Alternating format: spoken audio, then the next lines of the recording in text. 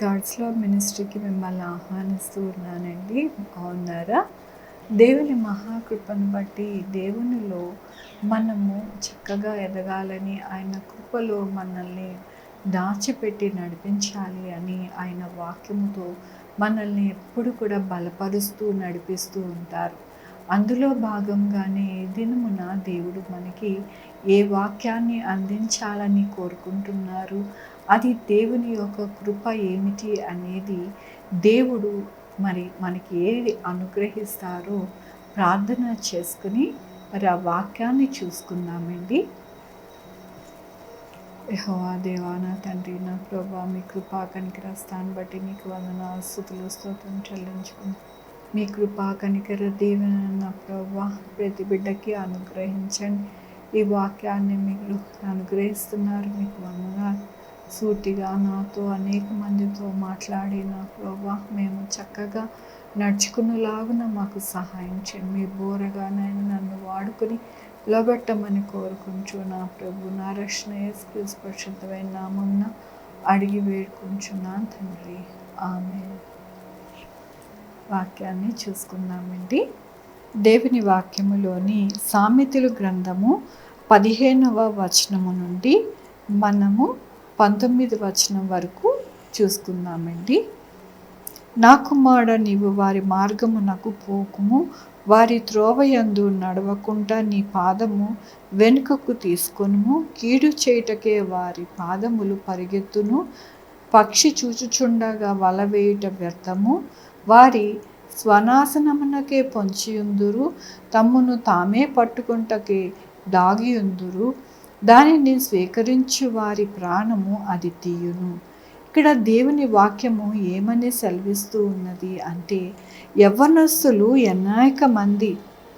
యవ్వనస్తులే కాదు, అనేక మంది జ్ఞానము లేని వారు ఏమి చేస్తారు అంటే, దేవుడు చెప్పే మార్గము కాకుండా ఈ లోకస్తులు నడిచే మార్గానికి వెళ్ళిపోతూ ఉంటారు. అదే ఇక్కడ వాక్యము బోధిస్తూ ఉన్నారు దేవుడు. మీరు ఎలాగ నడవాలి అని అంటే, మీ యొక్క జీవితంలో నేను చూపించు మార్గములోనికి వెళ్ళాలే కానీ మీరు నడవవలసిన త్రోవ నేను చూపించినది వెళ్ళాలి కానీ ఈ లోకస్తులు ఈ లోకపు యొక్క పోకడలోనికి మీరు వెళితే కనుక మీ జీవితము ఎంతగానో దుర్బలము, మరి అలాగే చెడుటకు కీడుకును మరి అది దారి తీస్తుంది అని దేవుడు సెలవిస్తూ ఉన్నారు. దేవుని యొక్క వాక్యము సత్యమండి.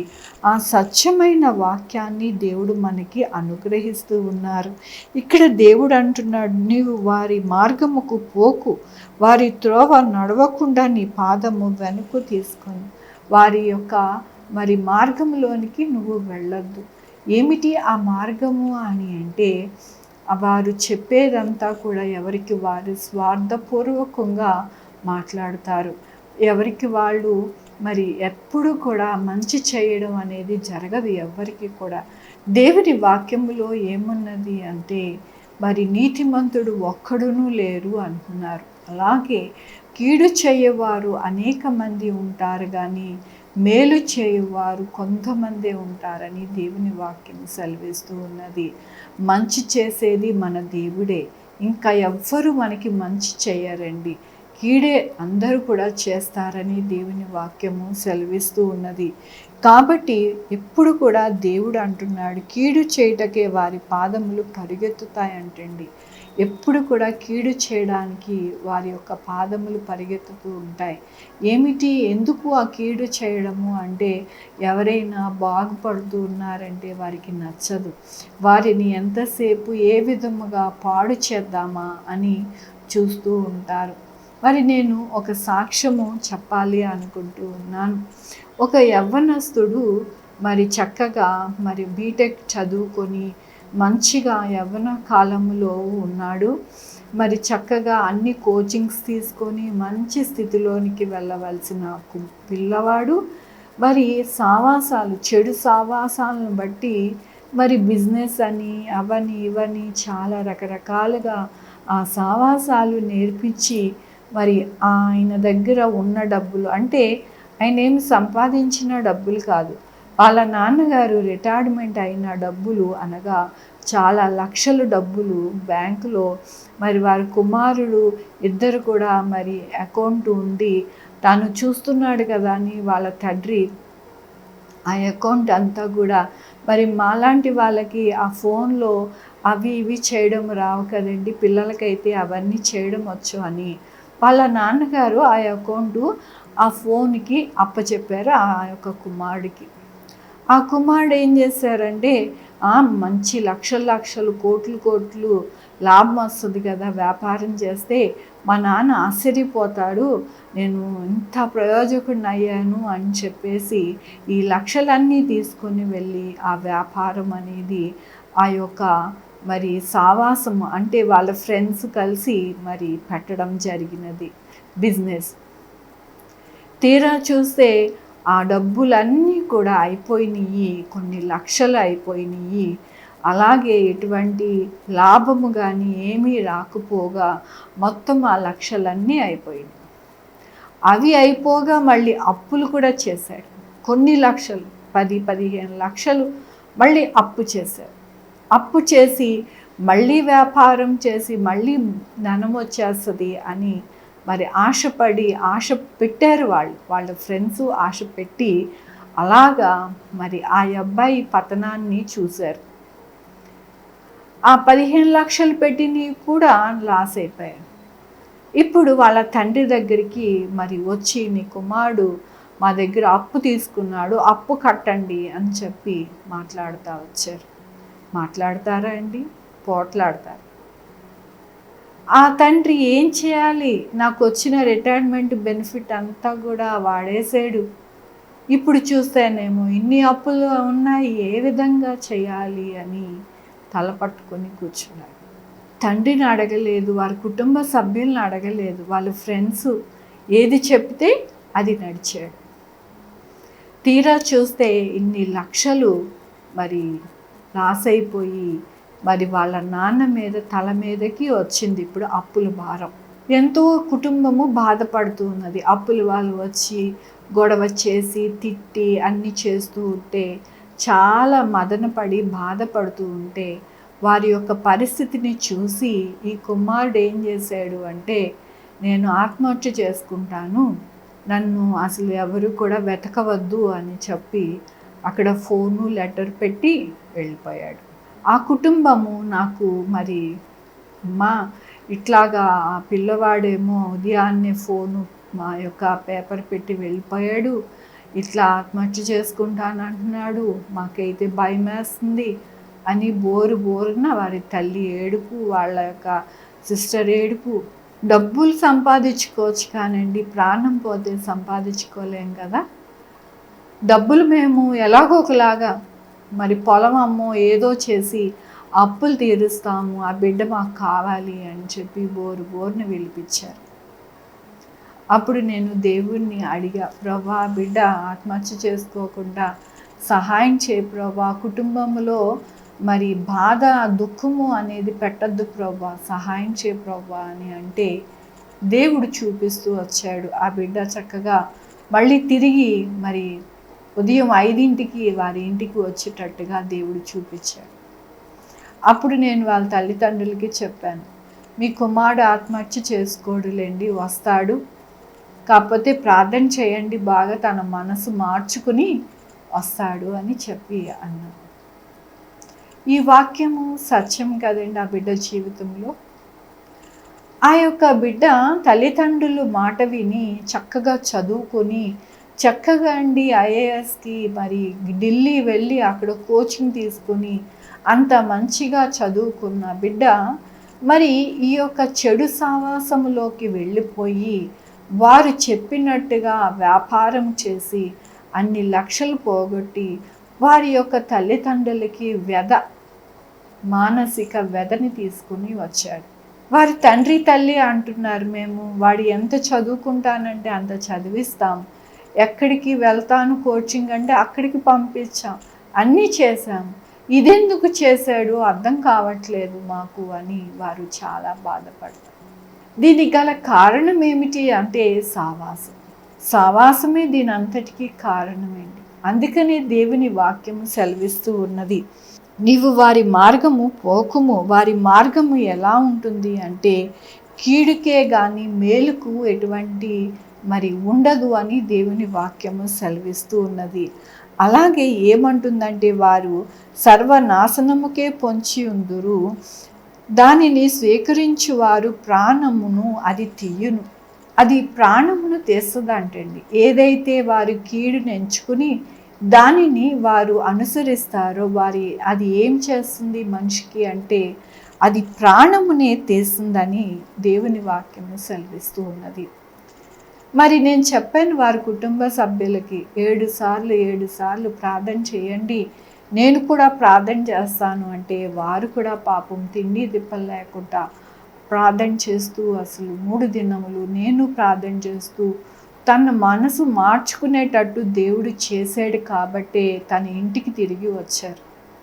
లేకపోతే ఎంతమందిని మనము చూస్తున్నామండి, ఎన్ని వార్తలు వింటున్నాము, ఎంతమంది ఇలా జరుగుతుంది, ఆత్మహత్య చేసుకుంటున్నారు అని తెలిస్తే అసలు ఎన్ని కుటుంబాలు అతలాకుతలమైపోతున్నాయి.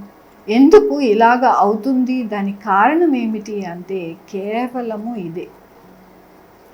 ఏమిటి అంటే వారు ఎప్పుడు కూడా దేవుడు చెప్పిన మార్గము, తల్లిదండ్రులు చూపించు మార్గములోనికి వారు వెళ్ళకుండా చెడు సావాసములోనికి వెళ్ళినప్పుడు ప్రతి ఒక్కరికి ఇలాగే జరుగుతుంది. వారి తల్లిదండ్రులు ఏమంటున్నారు, చక్కగా చదువుకోరా, మంచిగా నీ కోచింగ్ ఇప్పిస్తాము, ఏది కావాలంటే అది ఇస్తాము, చక్కగా చదువుకొని మంచి ఉద్యోగం సంపాదించుకొని చక్కగా సెటిల్ అవ్వు అని వారు అంటూ ఉంటే ఫ్రెండ్స్ ఏమంటున్నారు, వ్యాపారం చేద్దాం, అటు వెళదాం, ఇటు వెళదాం, అటు తిరుగుదాం, ఇటు తిరుగుదాం, అలాగా తిరుగుతూ ఆ యొక్క కుమారుడు వ్యర్థపరుచుకుంటున్నాడు, సమయమంతా వ్యర్థపరుచుకుంటున్నాడు. వాళ్ళ తండ్రి అంటున్నారు, ఈ పాటికి ఉద్యోగం వస్తే వివాహం చేసేసేదవాడిని నేను అని అంటున్నాను. ఏంటి ఆ యొక్క ఫ్రెండ్స్ సావాసం వలన కలిగిన లాభం ఏమిటి? డబ్బు లాభమా, ఉద్యోగం లాభమా, లేకపోతే చక్కటైన జీవితం లాభమా, వాళ్ళ కుటుంబానికి లాభమా? ఏది లాభం? వాళ్ళ ఫ్రెండ్స్ ఏం చెప్పారు, అబ్బో అసలు చాలా చక్కగా పెద్ద బిజినెస్ మ్యాగ్నెట్ అయిపోతావు, మీ నాన్నకి ఎంతో సహాయకుడుగా ఉంటావు, మీ నాన్న అసలు ఉబ్బు తబ్బిబ్బైపోయి చక్కగా నా కుమారుడు ఎంత చక్కటి బిజినెస్ చేసి లాభాలు సంపాదించి నాకు తీసుకొచ్చాడు అని అంటారు అని ఆ కుమారునికి చెప్పి ఆ బిజినెస్లోకి వాళ్ళు లాగి అదంతా కూడా అంటే అది లాస్ అయిపోగానే ఆ ప్యాంట్లు షర్ట్లు అన్నీ కూడా ఆ ఫ్రెండ్స్ అందరూ ఎవరికి వాళ్ళు తీసేసుకుని వేసేసుకుని, ఇది స్వార్థం కదండి. వాటి కోసమని లాగేది వాళ్ళు, ఎవరు కొనట్లేదు కదా, అప్డేటు అయిపోయినాయి, పాతి అయిపోయినాయి కాబట్టి స్టాక్ ఏం చేసుకుంటాం, తలొకటి 10 పని చేసుకుందాం, పని చేసుకోవడం అయిపోయింది, డబ్బులు అయిపోయింది, స్టాక్ అయిపోయింది. దానివల్ల ఎవరికి ఉపయోగం? ఎవరికి ఉపయోగం లేదు. ఆ ఫ్రెండ్స్కి ఆ యొక్క బట్టలు చక్కగా వచ్చినాయి ఫ్రీగా, అంతే తప్ప దేనికి ఉపయోగపడలేదు వాళ్ళకి కానీ వాళ్ళ కుటుంబానికి కానీ. కాబట్టి ఈ లోకంలో ఇలాంటి పరిస్థితులు వస్తూ ఉన్నాయి చాలామందికి. అందుకని ఈ దినము దేవుడు అంటూ ఉన్నారు, మీరు ఈ లోకంలో ఉండినప్పుడు బహుజాగ్రత్తగా ఉండాలి. బహుజాగ్రత్తగా ఎలా ఉండాలి అని అంటే దేవుడిచ్చు జ్ఞానాన్ని పొందుకొని ఉండాలి. దేవుడు ఎటువంటి జ్ఞానం ఇస్తారు అని అంటే మనకి క్షేమమైన జ్ఞానము, మన కుటుంబానికి క్షేమమైన జ్ఞానము ఇస్తారు. అప్పుడు మన యొక్క జీవితము ఎంతో సంతోషమయముగా ఉంటుందని దేవుని వాక్యము సెలవిస్తూ ఉన్నది. మనము అట్టి జ్ఞానాన్ని పొందుకోవాలి. జ్ఞానాన్ని పొందుకొని దేవుని వాక్యములో మనల్ని మనము కట్టుకుంటే కనుక మన జీవితము ఎప్పుడు కూడా విజయపదముగా, ఎక్కడ కూడా అపజయం అనేది లేకుండా విజయపదముగా ఆశీర్వాదకరముగా అనేక మందికి దీవెనకరంగా మన జీవితం ఉంటుందని దేవుని వాక్యము సెలవిస్తూ ఉన్నది. చెడు సావాసాలకి వెళ్ళకూడదు. నీకు మంచి మార్గాన్ని బోధించకపోయిన వాళ్ళ దగ్గర నువ్వు వెళ్ళి కూర్చోకూడదు. దేవుని వాక్యము ఏమని సెలవిస్తూ ఉన్నది అని అంటే కీర్తన గ్రంథము 1వ అధ్యాయము 1, దుష్టుల ఆలోచన చొప్పున నడవక, పాపుల మార్గము నిలవక, అపహాసకులు కూర్చున్న చోట కూర్చుండక అంటున్నారు. ఎక్కడైతే దుష్టులు ఉంటారో ఆ దుష్టుల దగ్గరికి వెళ్ళకూడదు, దుష్టుల యొక్క కూర్చున్న చోట కూర్చోకూడదు, మరి వాళ్ళు ఉన్న చోట నువ్వు ఉండకూడదు అని అంటూ ఉన్నారు. అలాగ గనుక మనము చేస్తే, అంటే ఉండకుండా ఉంటే గనక మనము ఎలా ఉంటాము అంటే, అతడు నీటి కాలువ యోరన నాటబడినదే ఆకువాడక తన కాలమందు ఫలమిచ్చు చెట్టు వలె ఉండును, అతడు చేయనదంతయు సఫలము. ఎలాగ ఉంటారు? దేవుడు ఏదైతే చెప్పారో, మరి చెడువారి సావాసము నీకు వద్దు, అక్కడ నువ్వు నిలవద్దు, కూర్చోవద్దు అని దేవుడు చెప్పింది విని అలాగే చేస్తే గనక ఎలాగ ఉంటారు వారు అంటే, అతడు చేయనదంతయు సఫలమవుతుందంట. బిజినెస్ పెట్టండి, లేకపోతే ఉద్యోగం చేయండి, ఏది చేసినా సఫలమవుతుంది. అయితే మనం చేయవలసినది ఒకటే, దుష్టులకి దూరంగా ఉండాలి.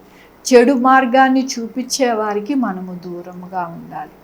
ఎప్పుడు కూడా వారి మాటలు వినకూడదు. తల్లిదండ్రులను అడగాలి, దేవుణ్ణి మరి ముఖ్యంగా అడగాలి. యవన కాలములో ఉండుట మంచి శ్రేష్టమైన జీవితం. అయితే ఆ శ్రేష్టమైన జీవితాన్ని దేవునిలో ఉండి నడిస్తే గనుక ఇంకా శ్రేష్టమైన జీవితముగా ఉంటుందని నేను యవ్వనస్తులు ప్రతి ఒక్కరికి నేను చెప్తున్న మాట ఇది. యవ్వన కాలము చాలా శ్రేష్టమైనది. ఆ కాలమును సద్వినియోగం చేసుకుని దేవుడిని అడిగి మంచిగా వారి యొక్క జీవితము కట్టుకుంటే గనుక వారు 100 సంవత్సరములు సుఖముగా సంతోషముగా జీవిస్తారు.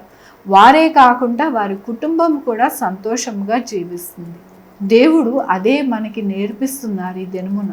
మీరు చెడు సావాసాలకి వెళ్ళొద్దు, ఆ మార్గాన్ని పోవద్దు, వాళ్ళు కూర్చున్న చోట మీరు కూర్చోవద్దు, వారి మాటలు వినవద్దు. అవి మిమ్మల్ని చెడుపుతాయే కానీ మిమ్మల్ని బాగు చేయవు. నా దగ్గరికి రండి, మీకు జ్ఞానం ఇచ్చి మీకు సమస్తముకి నడిపించి సహాయం చేస్తాను. మీరు చేయనదంతా మీరు ఏది చేసినా నేను సఫలం చేస్తాను అని దేవుడు సెలవిస్తూ ఉన్నారు. మరి లోకములో ఆ యొక్క ఫ్రెండ్స్, లోకం యొక్క మాటలు వింటామా, దేవుని మాటలు వింటామా? మనమే డిసైడ్ అవ్వాలి, మనమే నిర్ణయం తీసుకోవాలి. దేవుని మాటలు వింటే కనుక మన జీవితము మంచిగా కట్టబడుతుంది. ఈ లోకము చెడు సావాసాల మాట వింటే కనుక మన జీవితము, మన కుటుంబ జీవితము చాలా భ్రష్టు పట్టిపోతుంది. కాబట్టి దేవుడు మాట్లాడుతూ ఉన్నారు సూటిగా, నువ్వు చాలా జాగ్రత్తగా నీ యవ్వన కాలమును మరి నువ్వు చక్కగా దేవునిలో ఉండి కట్టుకుని జీవితాన్ని అని దేవుడు సెలవిస్తూ ఉన్నారు. కాబట్టి ప్రియమైన బిడ్డలారా, నేను చెప్పేది ఏమిటి అంటే, మీ యొక్క ఆలోచనలు కానీ, మీ ఫ్రెండ్స్ ఆలోచనలు కానీ మీరు ఎప్పుడు కూడా అది చేయాలి అనే దానికన్నా మీరు దేవుణ్ణి అడిగి, ప్రభువా మరి నేను ఇది చేయాలనుకుంటున్నాను, నీ ఇష్టమా, నీ చిత్తమా అని అడిగి, తల్లిదండ్రుల్ని అడిగి మనము చేయాలి. అంతేగాని మనము చాలా పెద్దవారు అయిపోయాము కాబట్టి మనము అన్నీ చేయగలుగుతాము అని ఎప్పుడూ చేయకూడదు. నాకు ఇన్ని సంవత్సరములు వచ్చినప్పటికీ కూడా నేను పెద్దదాన్ని, నేను ఏదైనా చేయగలను అని నేను ఎప్పుడూ అనుకోను. నాకు చాలా భయం కూడా, ఏమవుతుందో ఎలాగవుతుందో అని నేను చాలా భయపడతాను. అన్నీ కూడా చిన్న విషయంలో కూడా నేను దేవుణ్ణి అడిగి, ప్రభువా నేనేం చేయాలి, ఎలా చేయాలి, నువ్వు నాకు సహాయం చేయి అని అడిగినప్పుడు దేవుడు నాకు తెలియపరుస్తూ ఉంటారు. దాన్ని బట్టి నా ప్రవర్తన అంతా కూడా మరి కలిగి ఉంటుంది. అది మనకి ఆశీర్వాదముగా ఉంటుంది. ఎక్కడ నష్టం అనేది రాకుండా దేవుడు సహాయం చేస్తారు. నష్టము వాటిల్లో మంచిగా ఉంటుంది. నిజమైన మంచిగా ఉంటుందా అని అంటే ఖచ్చితంగా ఉంటుందండి, ఉండి తీరుతుందని దేవుని వాక్యం సెలవిస్తూ ఉన్నది. కాబట్టి మీరు ఎప్పుడు కూడా మరవక మీ జీవితాలలో దేవుడు చూపించే మార్గాన్ని నడిచి మిమ్మల్ని, మీ కుటుంబాలని కట్టుకోవాలని దినమున దేవుడు హెచ్చరిస్తున్నందుకు దేవునికి వందనాలు చెల్లిస్తూ నేను వాక్యాన్ని ముగిస్తూ ఉన్నానండి. ప్రార్థన చేసుకుందాము. యెహోవా దేవా నా తండ్రి నా ప్రభా, మీ కృపా కనికరాస్తాన్ని బట్టి నీకు వందనాలు స్తుతులు స్తోత్రం చెల్లించుకుంటున్నాను. నాయన గొప్ప దేవుడిగా మీరున్నారు నా ప్రభా. ఎవరైతే ఏ పరిస్థితుల్లో ఇబ్బంది పడుతూ ఇరుకుని పడి నాయన ఎంతో కష్టాల్లో ఉన్నారో వారిని అందరినీ జ్ఞాపకం చేసుకోండి. ఎవరు కూడా కీడు మార్గాన్ని ఎంచుకోకుండా సహాయం చేయండి నా ప్రభా.